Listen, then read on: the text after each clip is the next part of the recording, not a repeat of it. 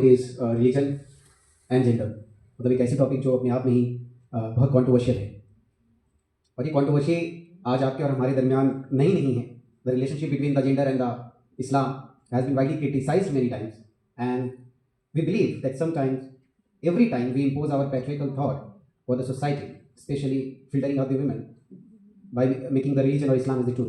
So just मेरी कोशिश रहेगी कि मैं अपने जज्बात और अपने नज़रिए को आपके सामने पेश करूं, but please don't consider me as a मुफ्ती, और ना ही मुझे आप एंटी रिलीजन के तौर पे देखिए। ये मेरा अपना नज़रिया है और मैं एकेडमिकल पर्सपेक्टिव से इसको बयान करूँगा, और हो सकता है कि इसमें कुछ ज़ाती तौर पे मैं जिससे वाकिफ़ हूँ और कुछ चीज़ें जो मैंने बस एकेडमिक नज़रिए से आपके सामने पेश करी है। सबसे पहले रिलीजन को हम और आप इस नज़रिए से देखते हैं कि जहाँ पे मज़हब है वहाँ पे जेंडर के लिए कोई जगह नहीं है। अज़ान हुई, थोड़ा मैं वेट करूँ,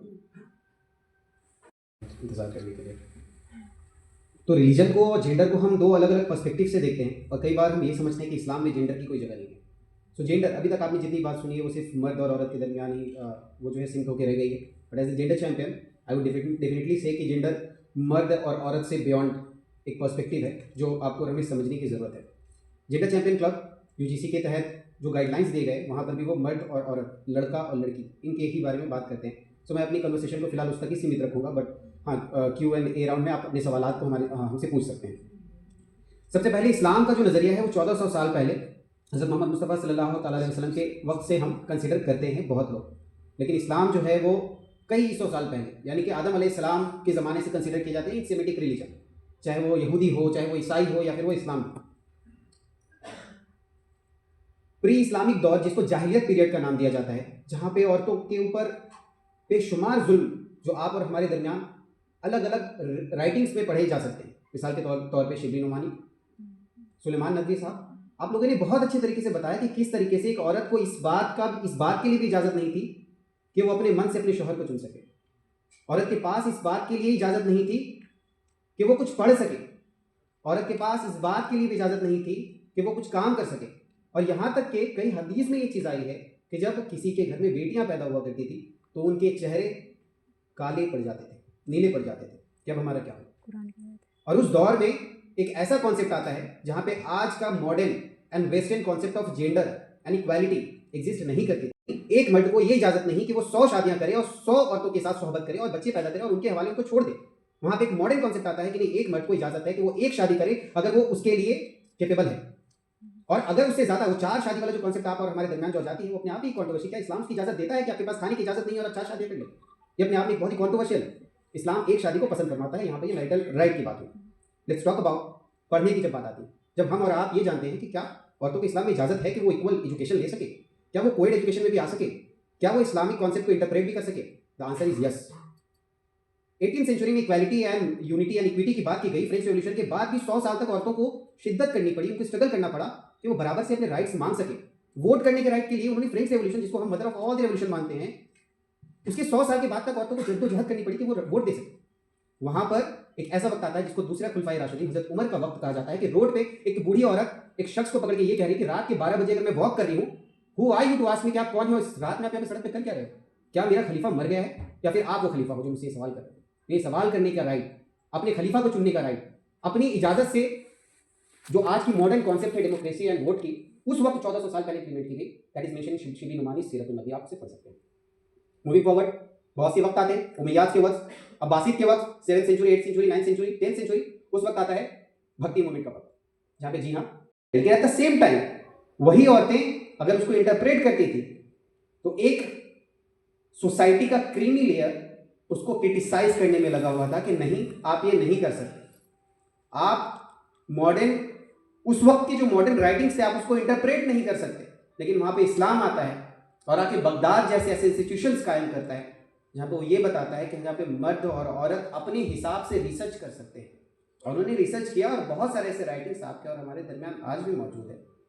लेकिन हाँ, मैं इस बात से बिल्कुल भी नहीं मुकर सकता कि जिस तरीके से दुनिया की तमाम फिलॉसफी मर्दों के नजरिए से डोमिनेट की गई है, जिस तरीके से इस्लाम, अगर अभी मैं आपसे साइकोलॉजिस्ट के नाम पूछूं तो आप सिगमंड फ्रॉइड का नाम लेंगे, आप वहां पे जीन पियाजे का नाम लेंगे, आपको बहुत कम ऐसे साइकोलॉजिस्ट दिखेंगे, बहुत कम ऐसे फिलोसोफर्स दिखेंगे, बहुत कम ऐसे सोशल साइंसेज में आपको ऐसे काम मिलेंगे जो औरतों के दरमियान से और औरतों के दरमियान से निकल के आकर हमारे पास आई।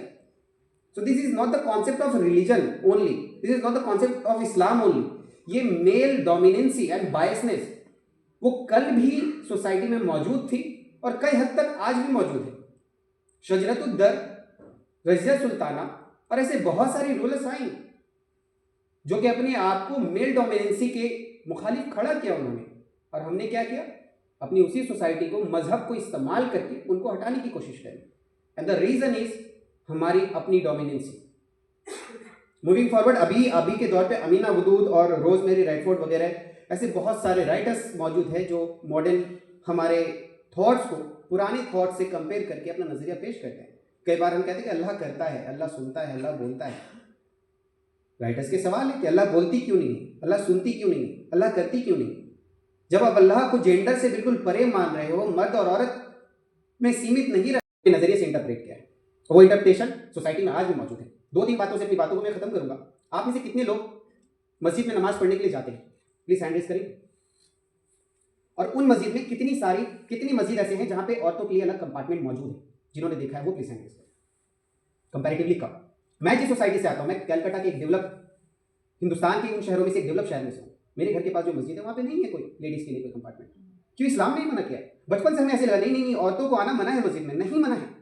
इस बात का पता कब चलता है? जब आप इस्लामिक इंटरप्रिटेशन करते हो, जब इस्लाम को पढ़ते हो। औरतों को मस्जिद में आना नहीं मना है, औरतों को इक्वल राइट दी गई, उनका अपना कंपार्टमेंट हो सकता है, वो अपनी नमाज़ें अदा कर सकती हैं, वो अपनी इमामत भी कर सकती हैं। लेकिन हमारी डोमिनेंसी ने उस चीज़ को खत्म किया। आज वेस्टर्न थॉट हम पे जब इम्पोज किए जाते हैं और ये कहा जाता है, मैम प्लीज अगर टाइम हो तो मुझे बता दीजिए। आपसे पूछा जाए कि ओके, आपसे जब पूछा जाए कि प्रॉपर्टी में राइट्स क्या है औरतों के, मर्द को 1 और औरत को 2, हमें खराब भी लगता है वो सुन के। मेरी दोस्त है, उन्होंने मुझे कहा कि अगर मेरे भाई ने इसी लॉ को हम पे इम्पोज किया तो हम तो उनको कोर्ट पे मिलेंगे। ठीक है, उनका नजरिया बहुत सही है, लेकिन आइए हम उसको आज के एकेडमिक नजरिए से इस बार पेश करने की कोशिश करते हैं। आप इससे अग्री भी कर सकते हैं, आप इससे डिसअग्री भी कर सकते हैं, मैं उसको आप इम्पोज नहीं करूंगा। जब बात आती है प्रॉपर्टी की, एक फादर जिनका एक बेटा और एक बेटी है, बेटे की बनिस्बत बेटी को आधा प्रॉपर्टी देता है। वो प्रॉपर्टी शादी के पहले भी दी जा सकती है, शादी के बाद भी दी जा सकती है। उस प्रॉपर्टी का हिस्सा वो लड़की शादी से पहले भी खर्च कर सकती है और शादी के बाद है वो अपने पढ़ाई पे खर्च कर सकती है, वो अपनी शादी पे खर्च कर सकती है, वो अपने बिजनेस शुरू करने के लिए खर्च कर सकती है, वो कहीं घर बनाने के लिए कर सकती है, या वो किसी को डोनेट भी कर सकती है। लेकिन जब उस मर्द की बारी आती है जिनको दिया गया है वो प्रॉपर्टी का हिस्सा अपनी बहन के डबल, वो अपने मन से खर्च नहीं कर सकता। उन पर इम्पोजिशन है। उनको राइट है कि वो अपने माँ और बाप के ऊपर उन पैसों को खर्च करे, वो उनकी ड्यूटी है। उनके ऊपर ये ड्यूटी है कि उनके ऊपर ये हक नहीं वाज़ेह होता है, वो नाजिल नहीं होती है कि आप अपनी पैसे को, अपने प्रॉपर्टी को कंप्लीटली 100% किसी को डोनेट कर दें। इवन अगर आपकी शादी हो चुकी है और आपकी वाइफ को, जो उनके पास जो प्रॉपर्टी है, वो अपने पैसे का 1 रुपए भी शरिया कोर्ट में या किसी कोर्ट पे चैलेंज करके आपको नहीं देने का हक हासिल कर सकती है। लेकिन एट द सेम टाइम वो मर्द ये कह दे कि ये मेरा पैसा और इसको मैं सिर्फ अपने ऊपर खर्च करूंगा, वो नहीं, वहां पे शरिया लॉ में उसको गलत समझा गया, उनको सजा दी जाएगी उस बात की। यानी वो पैसा, वो प्रॉपर्टी जो मर्द का है, वो मर्द का अपना नहीं है, वो मर्द के बाप का भी है, मर्द के माँ की भी प्रॉपर्टी है, वो उनके बच्चों की भी प्रॉपर्टी है, वो उनकी बहनों की भी प्रॉपर्टी है, और वो उनके अपने भाइयों की जो यतीम बच्चे हैं वो उनकी भी प्रॉपर्टी है।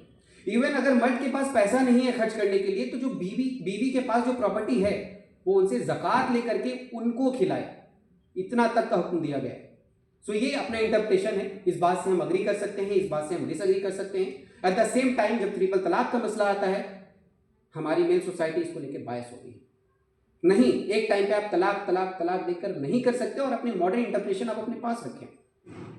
आपने अपने डोमिनेंसी को, अपने इविल थॉट को इंपोज करने के लिए इस्लाम का सहारा लिया है, और आज आप और हम इतने दूर तो पहुंच चुके हैं कि इन इस्लामिक राइटिंग्स को, इन आर्टिकल्स को, ये वक्त है इन तमाम चीज़ों से बहुत परे निकलने का और अपने दिमाग का इस्तेमाल करने का।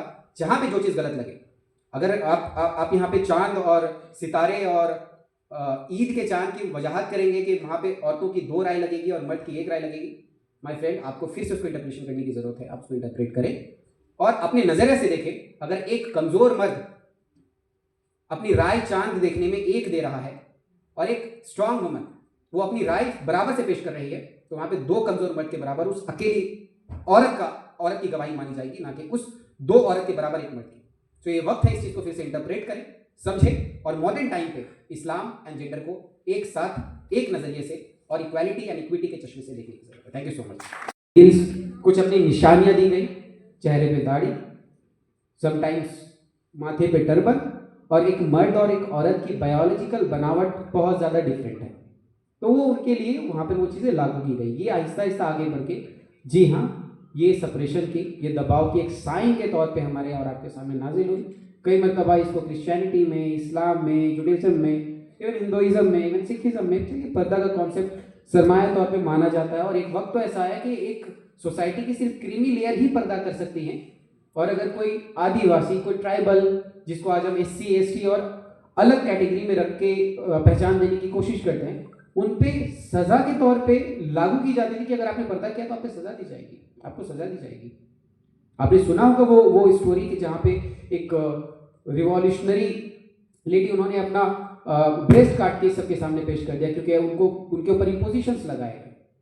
तो ये पर्दा का सिस्टम, अगर आप पर्दा कर रहे हैं, आप जज करने वाले कोई नहीं होते कि वो पर्दा क्यों कर रहे हैं, और अगर कोई पर्दा नहीं कर रहे हैं तो आप ये जज करने वाले कोई नहीं होते कि वो पर्दा क्यों नहीं कर रहे हैं। कोई पर्दा सर से पांव तक कर रहा है तो भी वो अपने चॉइस से, अपने हिसाब से कर रहा है, उन्हें करने दीजिए। और अगर कोई पर्दा नहीं कर रहा है तो भी उनको अपने चॉइस से, अपने हिसाब से रहने दीजिए। ये समाज बदलाव है। बहुत बहुत शुक्रिया। मर्द तलाक दे सकता है तो औरत क्यों नहीं दे सकती? हिजाब औरत ही क्यों पहने, मर्द क्यों नहीं पहनेगा? जन्नत में हूरें सिर्फ मर्द को मिलेगी, औरतों को क्यों नहीं मिलेगी? ये एतराजात क्यों आते हैं? क्योंकि आपने इस स्टैंडर्ड को सही तस्लीम कर लिया है कि मर्द और औरत के दरमियान हर चीज में इक्वालिटी होनी चाहिए। ये आपने तस्लीम किया है पहले, तो सवाल इस उसूल पर होगा, बात इस उसूल पे होगी, बात इस पे नहीं होगी मर्द हिजाब क्यों नहीं पहने। बात इस पे होगी कि पहले आप जेंडर इक्वालिटी को साबित करके दिखाएं। इस बात को याद रखिए, इस्लाम जेंडर इक्वालिटी का कायल नहीं है, इस्लाम जेंडर जस्टिस का कायल है। या दूसरे अल्फाज में आप ये कहें कि इस्लाम हर उस इक्वालिटी का कायल है जिसमें जस्टिस हो, जिसमें अदलो इंसाफ हो। और ये जेंडर इक्वालिटी जो वेस्ट ने पेश किया है, जो हमारी बच्चियों, बहनों और माओं के जहन में बैठा दिया गया है, ये जेंडर इक्वालिटी ऐसी है जिसमें जस्टिस नहीं है, जिसमें अदलो इंसाफ नहीं है। उस इक्वालिटी को इस्लाम रिजेक्ट करता है।